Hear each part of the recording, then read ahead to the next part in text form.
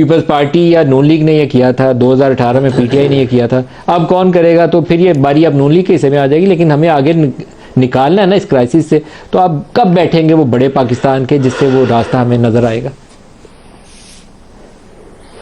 دیکھیے، آپ نے جو کلپ سنایا ہے شیخ رشید کا، اتنا تو آپ نے تبدیلی محسوس کی کہ وہ شیخ چلی سے شیخ چلہ بن گیا. اب وہ چلہ کاٹنے سے پہلے یہ باتیں کیوں نہیں کرتے تھے جنرل ندیم انجم کے بارے میں اور جنرل حافظ منیر کے بارے میں؟ یہ چلہ کاٹنے سے پہلے کیوں خاموش تھے؟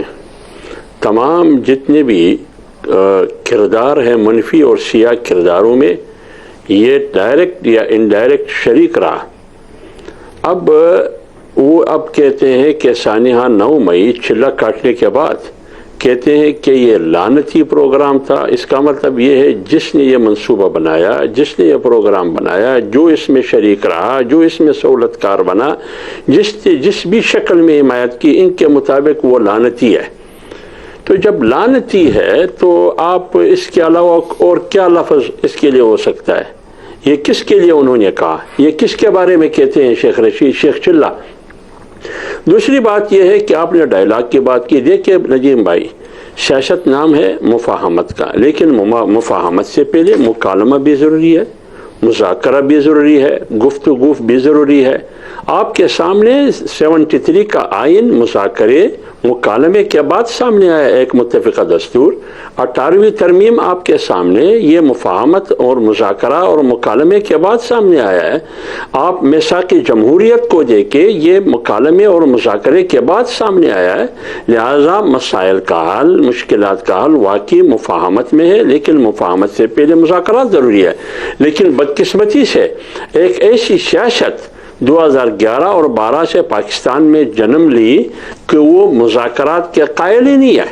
وہ جتنی بھی سیاسی قوتیں تھیں، وہ سیاسی قوتیں جن کی قیادت نے پیروکاروں یا پیشروں نے مفتی محمود کی صورت میں، ولی خان کی صورت میں، یا بھٹو کی صورت میں، یا دیگر قیادت کی صورت میں انہوں نے پاکستان کو آئین دیا ہے، انہوں نے پاکستان کو ایٹم بم دیا ہے، انہوں نے کیا کچھ نہیں دیا. لیکن اس کو یہ چور ڈاکو لٹیرے کہتے رہے اور مذاکرات کے لیے تیار ہی نہیں تھے.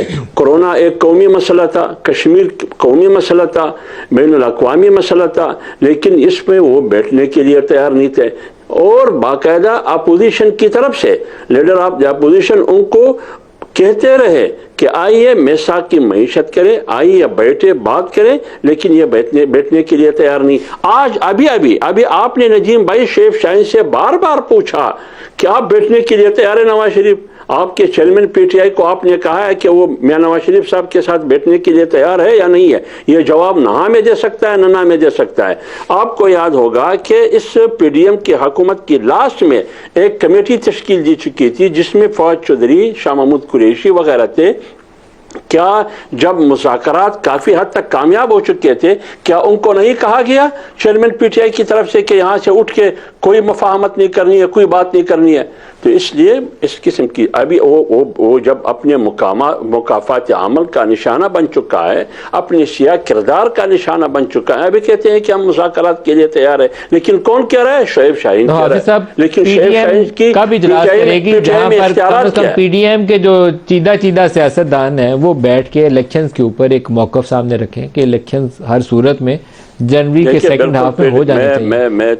وہ کب ہوگا پی ڈی ایم کا؟ آپ کی بات بالکل صحیح ہے. جب سے حکومت ختم ہو چکی ہے، ہونا یہ چاہیے تھا کہ اسی دورانیے میں پی ڈی ایم کا اجلاس ایک نہیں بار ہونا چاہیے تھا کہ الیکشن کب کرنا ہے، کیا مسائل ہے ملک کے لیے. لیکن ابھی میاں نواز شریف صاحب بھی آئے ہیں. میں تو یہی کہتا ہوں کہ پی ڈی ایم کا اجلاس ہونا چاہیے. ملک کو مختلف قسم کی چیلنجز کا سامنا ہے، معاشی چیلنجز بھی ہے، سیاسی عدمی استحکام بھی ہے، اس کے لیے الیکشن کا ہونا ضروری ہے. تو لہٰذا پی ڈی ایم کا اجلاس ہونا ضروری ہے. لیکن کب ہوگا یہ اجلاس، یہ مجھے پتہ نہیں ہے کہ یہ کب ہوگا.